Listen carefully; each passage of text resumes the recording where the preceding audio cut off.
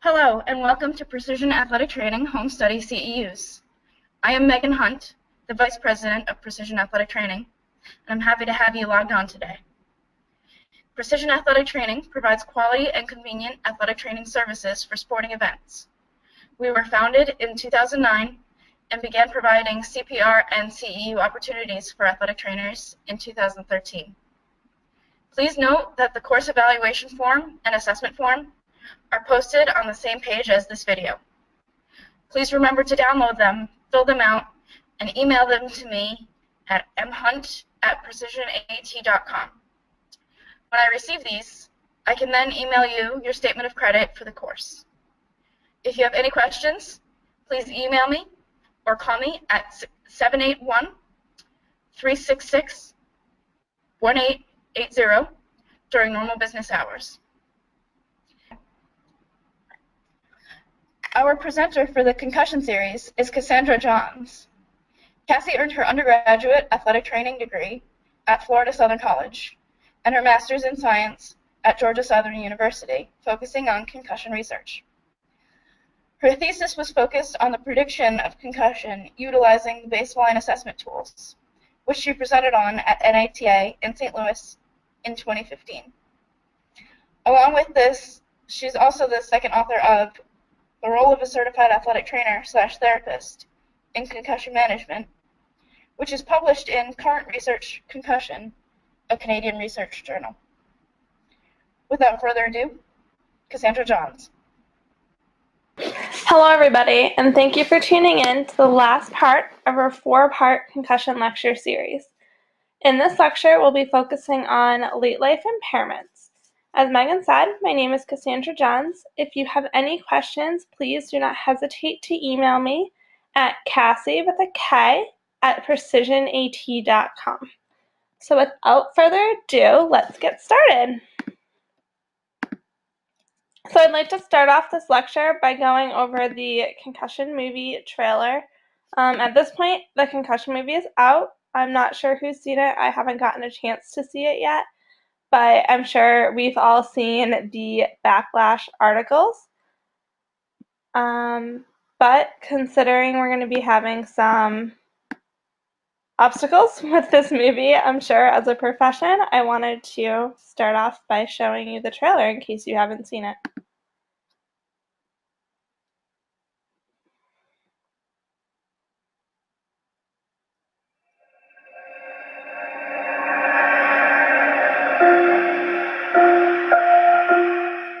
When I was a boy, heaven was here, and America was here.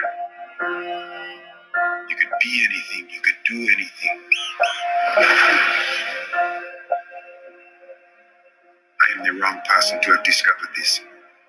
If you don't speak for them, who will?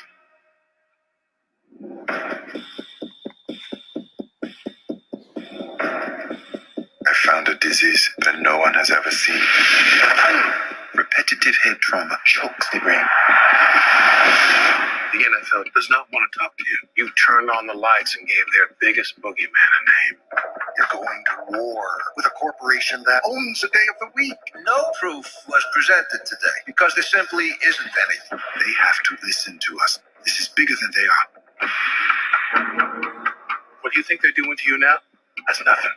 You have no idea how bad this could get. I have to keep going. They want you to say you made it all up. If they continue to deny my work, men continue to die. Sometimes in life, you're asked to leave it alone. But sometimes you can't. Who are you? Tell the truth. Tell the truth.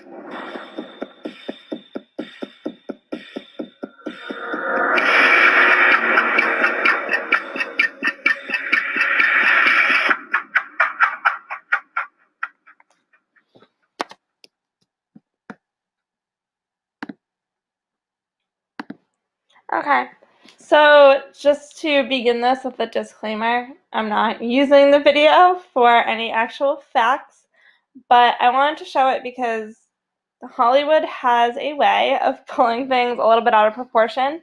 CTE is a real concern, as are the late life impairments, but they're not going to happen in everybody. And the way that movies tend to portray it is everybody who plays football is now probably going to get CTE.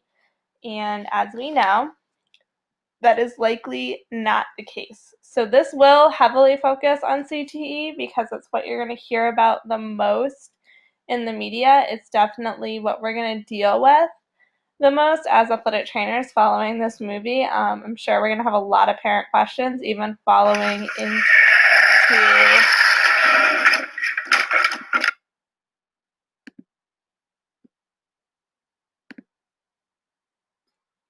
So this lecture will heavily focus on CTE because it's what we're going to hear about most in the media. Even following this movie, I'm sure we're going to get a lot of backlash from parents. I'm sure we're going to have a lot of questions from parents come youth football season, high school football season. The movie, in my opinion, is probably going to elicit some rule changes that haven't quite happened yet, but have been on the fence for a while. I know we've all heard about the discussion of limiting tackling until you hit a certain age. Typically high school age is where you'll hear it, 12 or 13, for teaching kids how to tackle. Hockey doesn't allow hits until that age either. So just some food for thought. So to start off, on the left is a cut normal brain. You'll see where the blood flow goes and just how it looks like a normal healthy brain. On the right is advanced CTE. You'll see that the brain looks like it's degenerating. It's kind of an orangey brown. You're going to have much bigger gaps throughout that you don't have over here. So that's just to kind of orient you as we continue to go through this. So what late life impairments are we concerned about in the medical field? Well, we're concerned about CTE, which is chronic traumatic encephalopathy. You probably won't hear me say that a lot. I'll abbreviate it as CTE pretty much straight through because I don't want to mispronounce it, and it is a bit of a mouthful. You'll hear about ALS, amyotrophic lateral sclerosis, Lou Gehrig's disease. You'll hear about depression, Alzheimer's, and any other mental disorders or other forms of dementia that might arise. Alzheimer's is the most common form of dementia kind of as we go through this. So to orient you, I'm sure you all know the anatomy of the brain, but because we're going to be talking about the brain so much, and we're going to be talking about CTE, I wanted to kind of orient everybody. So you have the frontal lobe, you have the motor area of speech, you have the temporal lobe, the parietal lobe, your reading comprehension area, your sensory speech area, your occipital lobe, your cerebellum, the medulla oblongata, the pons, and then coming from the top, you have the frontal lobe again, the premotor area, the precentral gyrus, the postcentral gyrus, the parietal lobe, and the occipital lobe. I know we had to color code this when I took high school anatomy. I don't know if anybody else had to do that, but that's kind of how I remember it, is the colors. These are pretty typical colors when you have to color code it. So just kind of a fun fact. So to go into chronic traumatic encephalopathy, or CTE, it is the punch drunk disease. It's something that for a long time we only saw, or only thought we saw, in boxers after getting repetitively punched in the head or slammed down on the ground. They would appear to be punch drunk, and this is kind of how they lived their life. And later on, it came out that this was actually chronic traumatic encephalopathy. So it's a progressive degenerative disease of the brain that's found in athletes and others with a history of repetitive brain trauma, including symptomatic concussions as well as asymptomatic subconcussive hits to the head. CTE has been known to affect boxers since the 1920s. So when you're thinking about the asymptomatic subconcussive hits, you're thinking about heading a soccer ball, getting hit in hockey without suffering a concussion, getting hit in football without suffering a concussion. Any hit that looks like it could alter the brain function, or any direct hit to the head can be considered a subconcussive hit, which is a reason why a lot of the rule changes have been discussed kind of across the board with sports, So what do we know now? I mean, you have professional football players sustaining concussions and presenting with CTE. You have high school and college football players presenting with CTE. So there was a suicide of Andre Waters. He was the third NFL player to be diagnosed with CTE. He was 44 years old. He died on January 18th, 2007, and made the New York Times front page. Then you had Mike Webster at 50. Everybody's heard of Mike Webster. He's in the Hall of Fame. He played for the Steelers. He was a center, and he died homeless.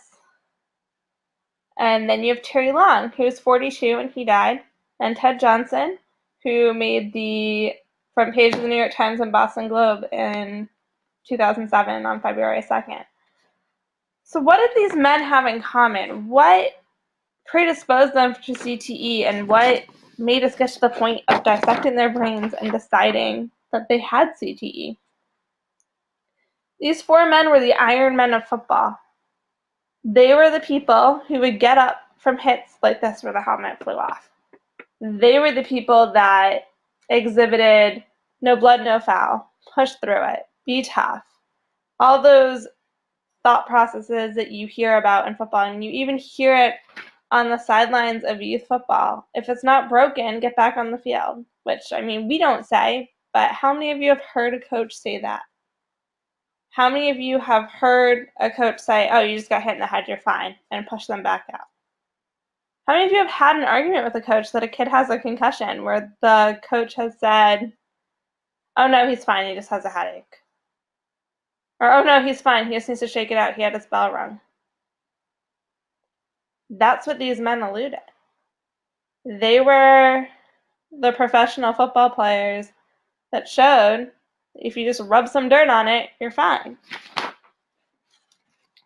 They had sharply deteriorated cognitive function throughout the last few years of their lives, especially recent memory loss. And they had major psychiatric symptoms like paranoia, panic attacks, and major depression. Their whole lives had changed because of their blows to the head. But was it their blows to the head, or was it the mismanagement of the invisible injury that we just started to take seriously in the past decade or so? So all of these brains were, in fact, examined by Dr. Bennett Amalo, who is who Will Smith plays in the film. Recently, there was an 18-year-old high school football player. I have a picture on the next slide, so we'll go into that kind of in a second. But Dr. Amalo is the one that discovered this in the NFL. He discovered it in football. Maybe it's not incorrect that there was a lot of backlash coming from that, but from my understanding, it is heavily dramatized. So, where is the research going with this? Well, unfortunately, we're not going to know how many football players or how many athletes in general suffer from CTE because we can only examine them after they've died. So, when they donate their brain to research, good people at the BU Concussion Research Center cut into their brain and examine and look for that tau protein, which we're going to talk about a little bit later. I thought this picture was really interesting because it shows the activity that could be happening during the actual hit.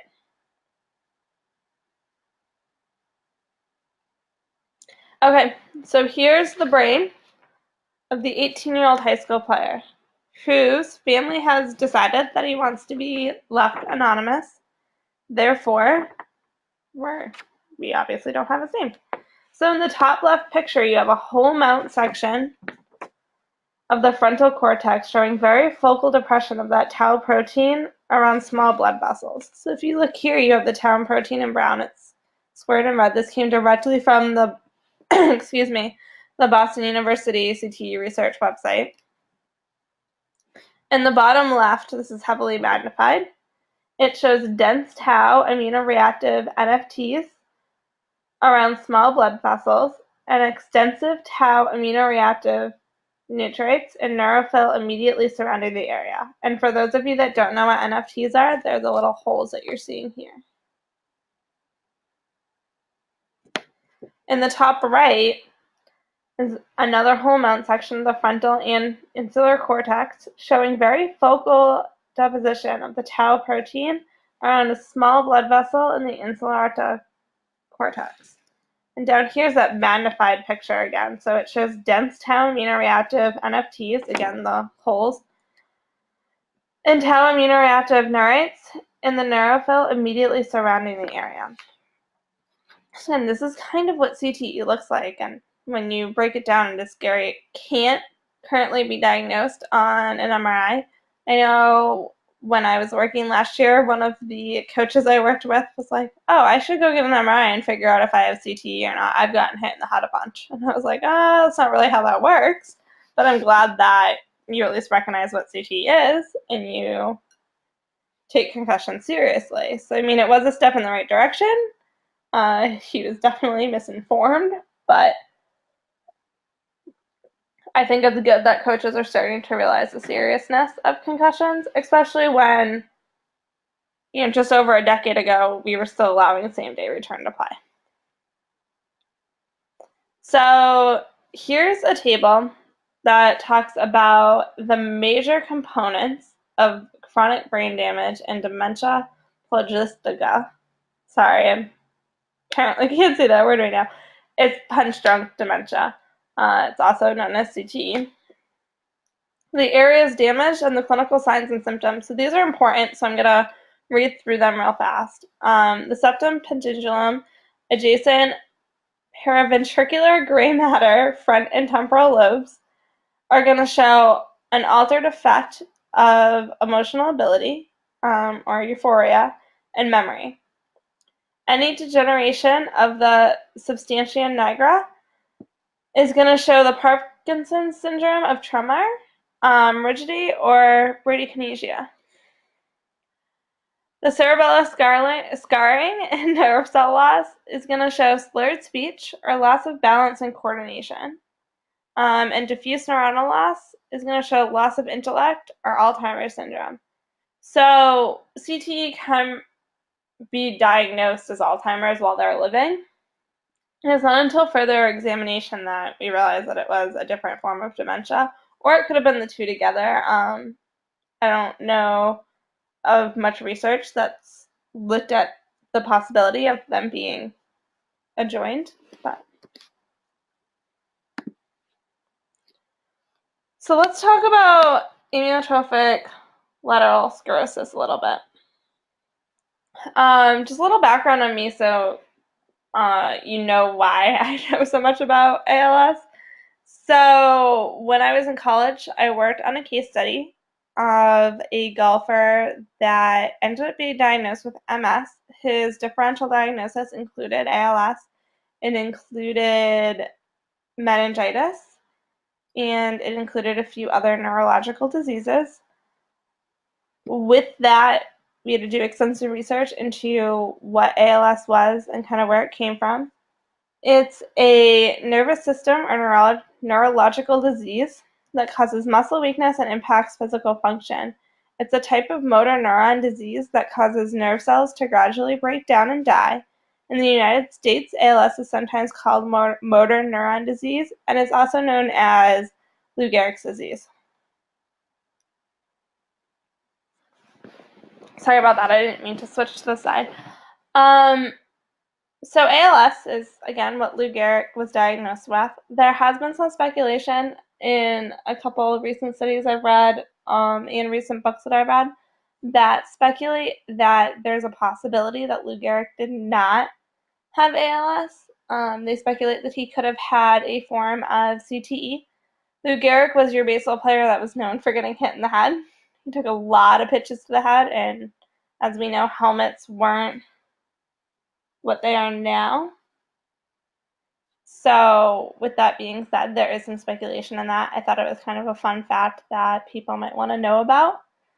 So there's that.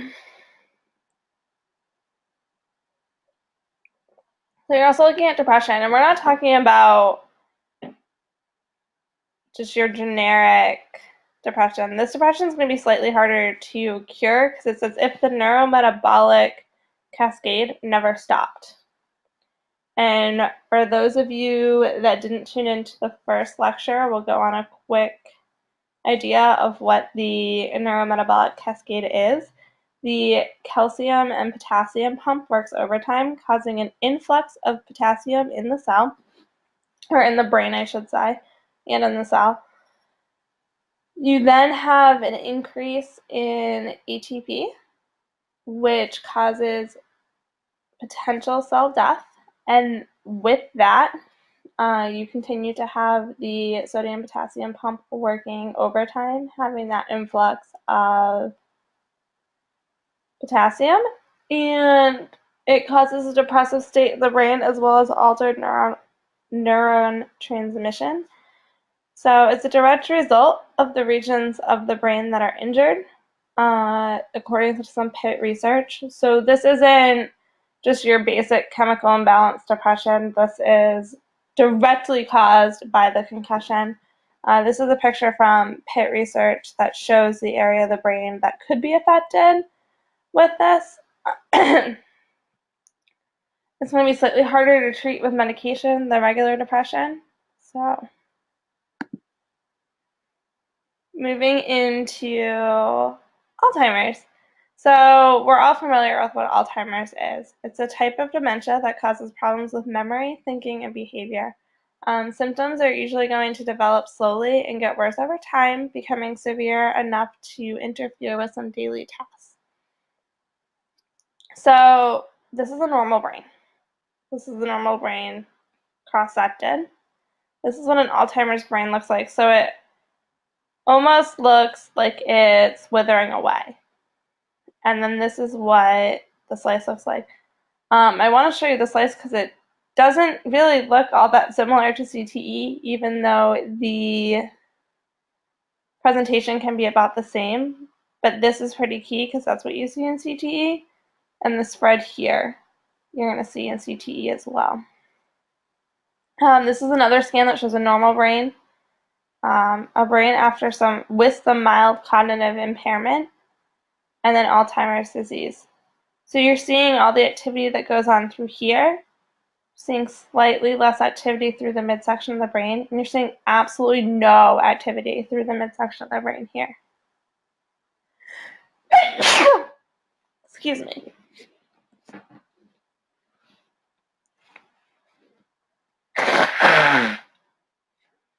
So another thing you're going to look at is dementia. You're going to have a chronic or persistent disorder of the mental processes caused by brain disease or injury. It's marked by memory disorders, personality changes, and impaired reasoning. You can test, again, dementia is very commonly associated as Alzheimer's. You can test to see if somebody is a carrier of the disease or not. That can help determine whether it's potentially CTE or Alzheimer's. However, there's no real way, just to reiterate, there's no real way to diagnose CTE at this point pre-mortem. So non-carriers are going to look more similar to this. A pre-symptomatic dementia brain, it's going to look like that. You have your mild symptomatic, and then your actual dementia. So I just want you to notice the changes that are occurring kind of throughout that. So what's the link? What's the evidence that associates concussions with these late life impairments? And you're seeing all these studies. Most of these studies are related to CTE because that's pretty much the focus of this lecture. The more you get hit in the head, the more your brain's going to be damaged. So when you're looking through this, Any subconcussive blow is going to potentially elicit some form of that neurometabolic cascade. Any concussion is absolutely going to elicit that cycle of the neurometabolic cascade. Undiagnosed concussions are going to put people at a higher risk because they're playing through their concussions. Mismanaged concussions are going to put athletes at a higher risk because, again, they're playing through that concussion. We're going to look how the Amalo study started in 2005, and they caused all that media coverage then, and they're starting to cause more media coverage now. You now have the Center for Study of Traumatic Encephalopathy at BU, looking for the link constantly. They have collegiate players and high school players and professional players donating their brains to science on a regular basis. And they're making some big groundbreaking moves as far as that goes. You have the correlational studies that look at the fact that this person's had X amount of concussions, or this person's played a contact sport for their entire life, and now they're exhibiting these symptoms. Guskowitz did a study at Chapel Hill where he sent these questionnaires to these NFL players, and I believe he sent them once and then sent them again a few years later to see if they would report the same amount of concussions. Some of the players didn't respond a second time. Some of the participants reported completely different numbers, kind of eliminating the reliability of self-report at that point. But some of these athletes had such different answers in their questionnaires that it became pretty concerning that they might have some late life impairments going on. And the research really picked up on what was going on with the late life impairments. You have the quote from Lou Gehrig that said, "I may have been given a bad break, but I've got an awful lot to live for." And he was known for inspirational quotes like that. That's kind of why I put it there. But he also got hit in the head consistently with the Yankees. So again, you're looking at all the stuff going on. Did he really have ALS, or was it CTE? And at this point, we'll probably never know. But there definitely is that speculation out there, and I can't remember the exact article that I read that in. I believe it was a couple, because I also read it in a book that I recently read. If you're interested in that, I can try to find it for you. But the biggest point here is that the links are there. The evidence is there. But now we have parents questioning whether their kid's going to get CTE, or whether this kid's going to have certain late life impairments. It's important when you're educating the parents that you don't emphasize the fact that if their kid returns too early, they could get CTE. That's a bit of a jump at this point. We don't really know the exact cause of things. We can't diagnose until postmortem at this point. So where it's important to understand these late life impairments, I think it's also really important to remember that we can't be overplaying these to the parents, and we can't be overplaying these to the athletes. I think it's important to educate them that this could happen if you're kind of in that point where they're really pushing for their kid to go back in, and you're like, okay, well, these are the right now risks, and these are the potential down the road risks. But they absolutely should not be emphasized in the educational protocol.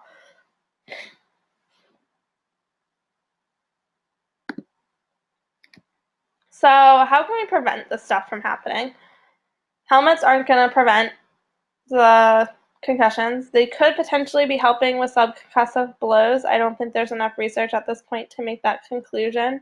You have the HIT system, which is helping measure the subconcussive blows. It's helping measure the hits that are actually eliciting a concussion. So that's important for those of you that aren't familiar what the HIT system is. Put little accelerometers into the helmet. They're these little pads that clip or stick right in, and they go right onto a computer screen. So it allows you to see the force that each athlete is getting hit with when they're getting hit. So that's one of those things that is really important at this point to consider. You want to make sure your athletes are fully recovering. I kind of mentioned in one of the other lectures that one of the things my graduate director was looking at, and it was really interesting, was the role of gait in recovery. We learn to walk at such a young age that that's not something we tend to be able to change or fix or correct. So he would have them, the athletes that were participating in the study, walk down the gait right system at baseline, and then he would have them follow up post-concussion for weeks following return to play. They would not be following up every single day, but he had set marks on when they were supposed to follow up. And at that point, he started analyzing data when he had enough athletes. He had controls and experimentals. One of my classmates did her thesis on the gait right system and recovery, and she had controls, and you had to be somebody who exercised regularly because that's what the athletes were doing. But then you had to take the same amount of time off that the athlete did to see if your gait was altered because of that. She did find that the gait was not necessarily recovering when we were returning the athletes to play, which raises the question that our current protocols might not allot for enough recovery.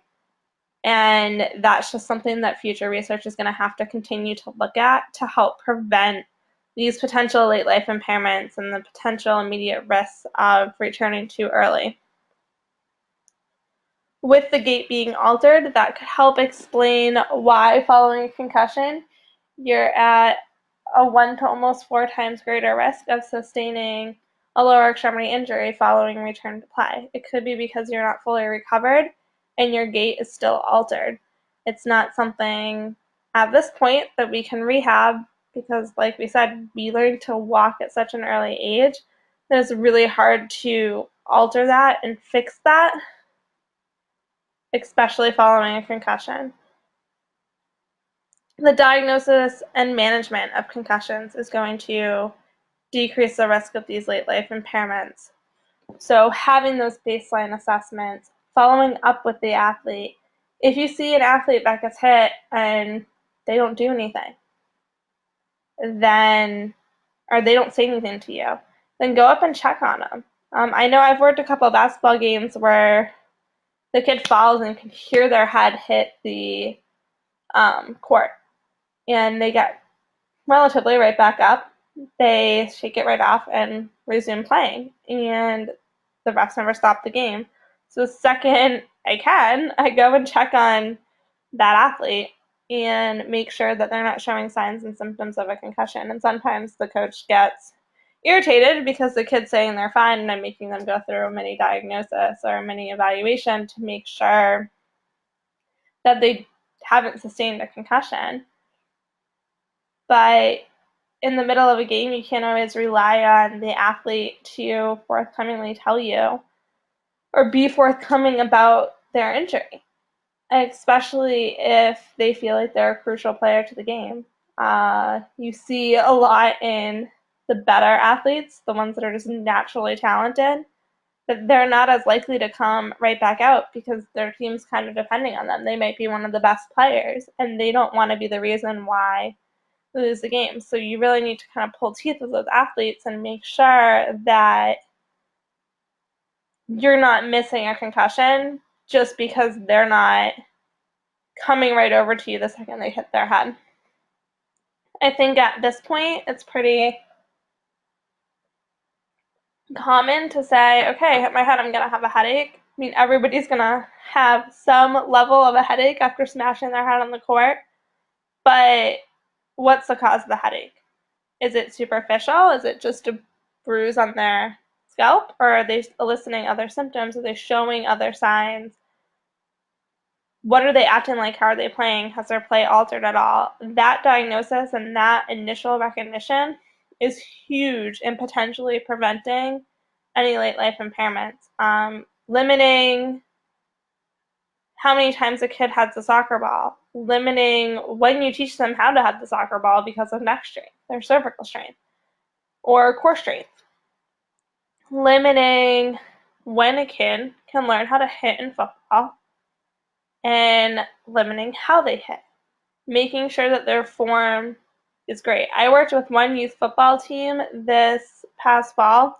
That was fantastic. The coaches almost never yelled, but every time the kid tackled incorrectly or led with their head, they were pulled immediately off the field and yelled at. And where I don't think yelling is always the best mechanism of getting your point across, if you're going to yell at the kid and you're going to choose one thing, at least it's something that's helping their safety. I was really impressed by the way the coaches worked throughout. They were big into preventing any type of injury that was going to hold their player off the field.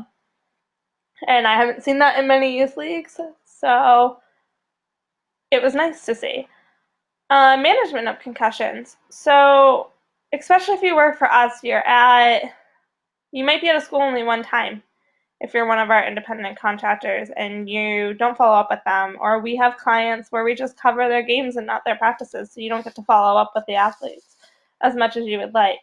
Trying to make sure that you're on the same page as those coaches and administrators on their return to play protocol is going to be huge. Making sure that the parents are on your side on taking them to the doctor for a follow-up. Making sure that the coaches are on your side with the progressive return to play. There's nothing more concerning, and I've had it happen, where you diagnose a kid with a concussion, you're back to that school the following, say it happens on a Thursday, you're back to the school on the following Tuesday, and the kid's already back to play. And with our protocol, there's no way that can fall into play on them already being back. Then you follow up with the kid and they're like, oh, well, I told coach that I didn't have any symptoms, or I said this, or I said that, but come to think of it, my head kind of hurts when I run, or when I exercise, I get dizzy again.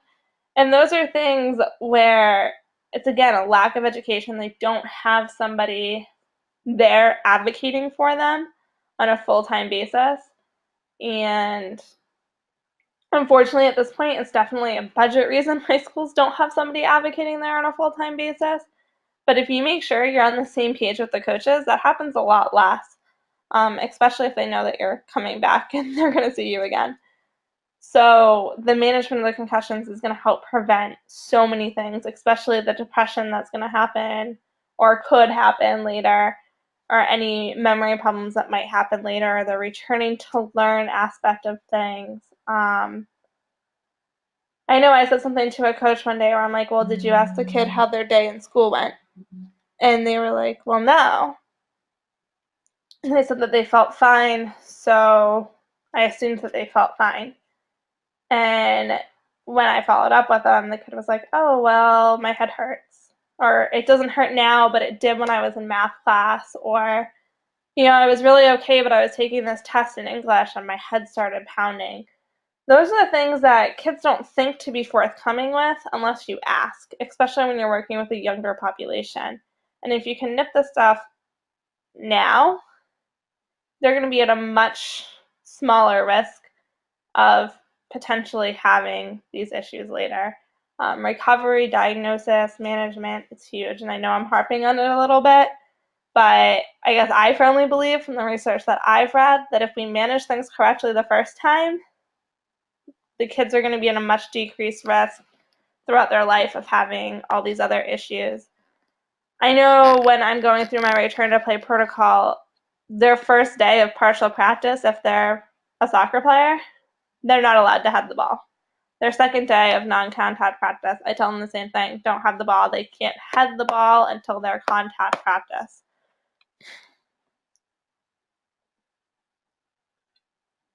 Football, sometimes I'll have them not wear all of their equipment for their first practice to make sure that they're not accidentally having that contact happen. They're not getting caught up in the practice enough.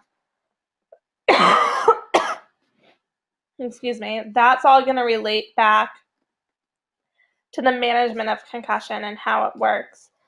especially when you're looking at the long-term deficits that we kind of know happen now. So what else can we look at with prevention? You start with baseline testing, you move to your clinical care, you go to return to play, and you go to education and awareness. I think it should really start with education and awareness. I kind of started that on the wrong thing, but if they have the information of what can happen following a concussion, they're going to be more likely, I would think, to report it to you, because I always use the analogy that you can replace your knee or you can replace your shoulder, but your brain's arguably the most important part of your body, and you can't replace that. So the second you're having subconcussive blows to the head or concussive blows to the head and you're suffering those symptoms, you're putting yourself at a greater risk of long-term impairments.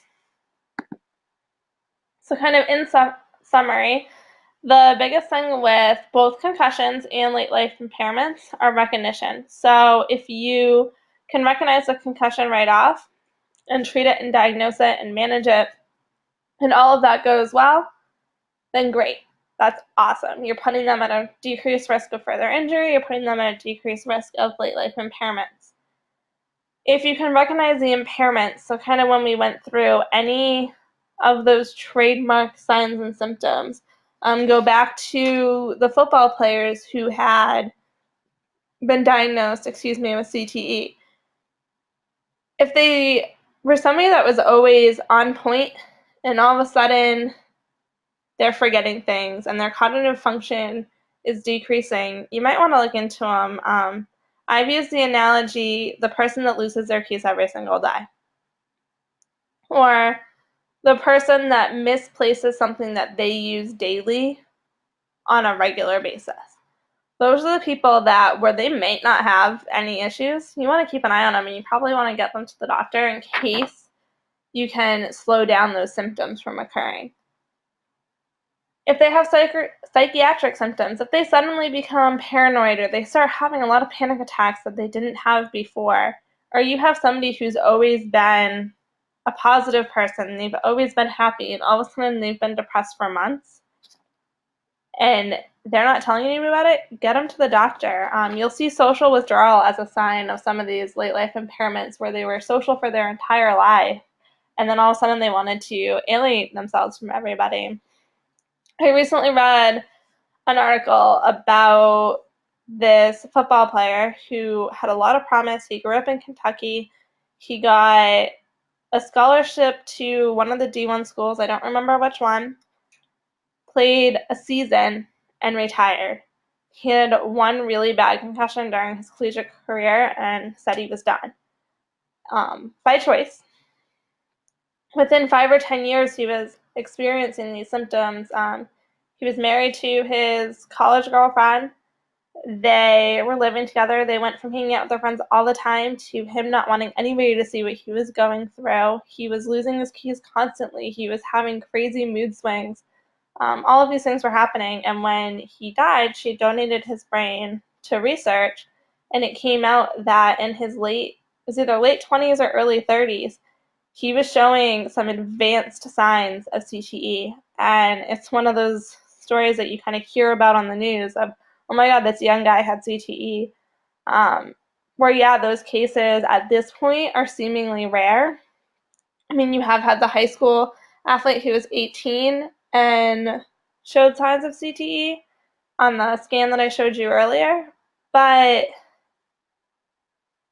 at this point, those are rare, and we don't know which athletes are going to be at a greater risk. This could partially be genetic. I mean, you're at a genetically higher risk after sustaining a concussion of potentially having a form of dementia, but those are just things that you want to kind of keep in mind.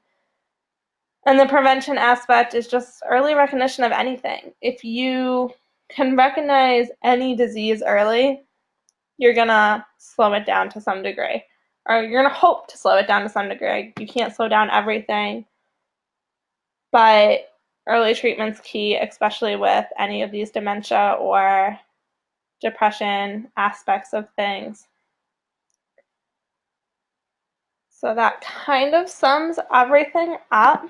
If you have any questions, First of all, I just thought this cartoon was a little funny with the snowman and it being winter when we're doing this. But if you have any questions, please write them on your evaluation or assessment forms. Megan will be happy to get them to me.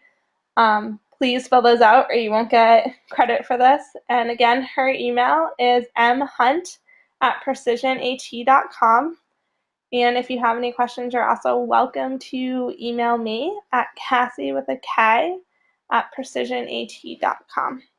That's also in your PDF PowerPoint at the beginning of the slides. So if you have any questions, you can email me directly or you can call during normal business hours. You have Megan's phone number from the beginning of this thing, or you can go to www.precisionat.com and get that information. Thank you.